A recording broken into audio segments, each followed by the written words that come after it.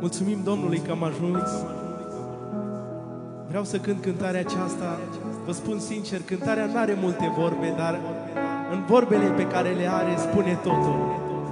Amin? De aceea haideți să ne deschidem inima și să cântăm cu toții.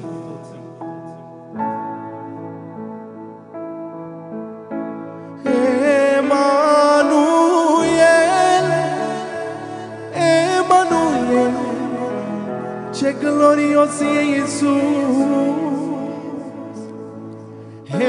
Emanuel,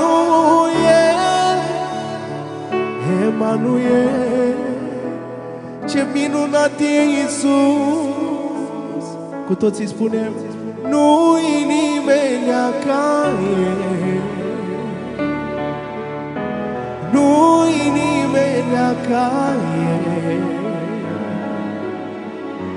nu-i nimeni ca El, nu-i nimeni ca El.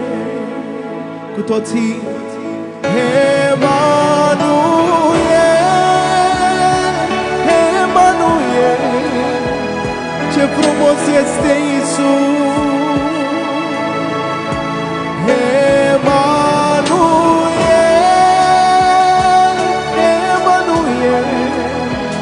Cât de bun este Iisus,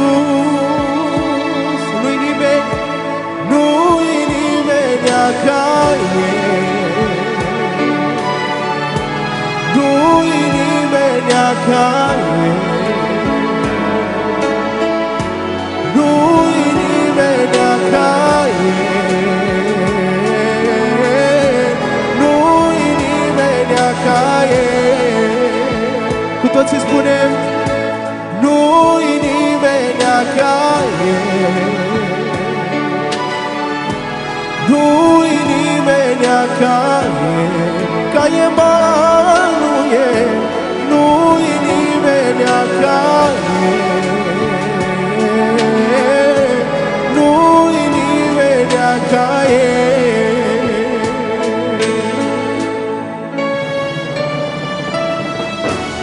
Lăudați să fie Domnul!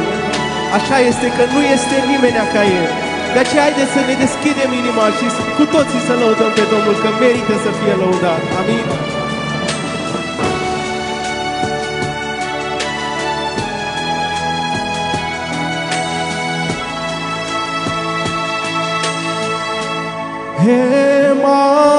Emanuel, Emanuel, ce glorios e Iisus. Emanuel, Emanuel, ce minunat e Iisus. Cu toții spunem, nu-i nimeni ca El, nu-i nimeni ca El, ca Emanuel, nu-i nimeni ca El, nu-i nimeni ca El. Biserica cântă, nu-i nimeni ca El, nu-i nimeni ca El, nu-i nimeni ca El, nu-i nimeni ca El. Biserica cântă cu toții, nu-i nimeni ca El. Cu toții cântăm, nu-i nimeni ca El, ca Emanuel, nu-i nimeni ca El, nu-i nimeni ca El. Și încă o dată cântăm cu toții, nu-i nimeni ca El.